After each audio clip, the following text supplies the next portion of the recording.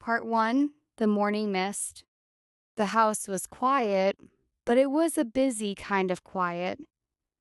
Outside, the morning mist was still clinging to the damp grass, and the first light of Easter Sunday was filtering through the kitchen curtains. The routine always began the same way. The smell of yeast and cinnamon filled the air as the traditional hot cross buns were pulled from the oven. Each one had a perfect white cross on top, a symbol of the day's significance. We ate them while they were still warm, the butter melting instantly into the soft dough. Next came the transformation. We set aside our everyday clothes and dressed in our Easter best. There's something special about putting on a crisp new shirt or a bright floral dress. It feels like shedding the heavy skin of winter and stepping into the light of spring.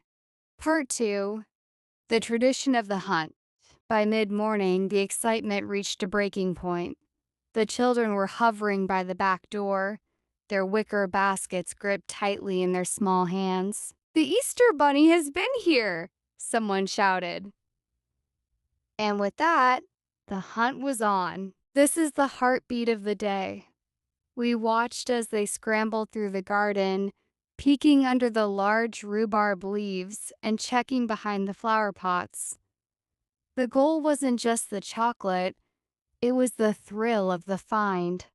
They found bright blue eggs tucked into the fork of the apple tree and small foil-wrapped bunnies hidden in the tall grass. We made sure to hide a few decoy eggs in easy spots for the younger ones, while the golden egg, the grand prize, was hidden in a place so clever it took nearly 20 minutes to find. The air was filled with laughter and the occasional cry of, "I found one," echoing across the yard.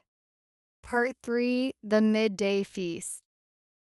As the sun reached its highest point, the focus shifted to the kitchen. The Easter routine is nothing without the traditional feast. A large leg of lamb was roasting in the oven, seasoned heavily with rosemary and garlic from the garden.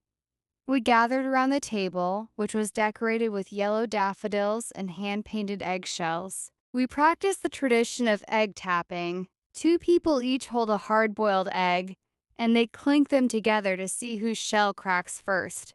It is a simple game, but the room always erupts in cheers when a champion egg survives 3 or 4 hits in a row. The meal was slow and steady. We talked about the year behind us and the months ahead. In this moment, time didn't matter. Only the food, the family, and the feeling of togetherness mattered.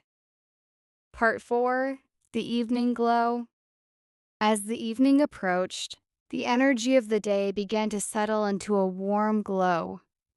The sugar rush from the chocolate had faded, replaced by a comfortable fullness. We took a long walk down the lane, watching the sunset turn the fields into a sea of gold. This is the quietest part of the Easter routine. It is a time for reflection.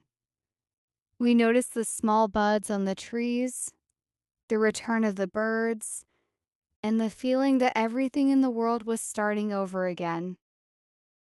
Back at home, we finished the day with a simple cup of tea and the last few crumbs of the Easter cake. The baskets were empty, the eggs were eaten, but the spirit of the day remained.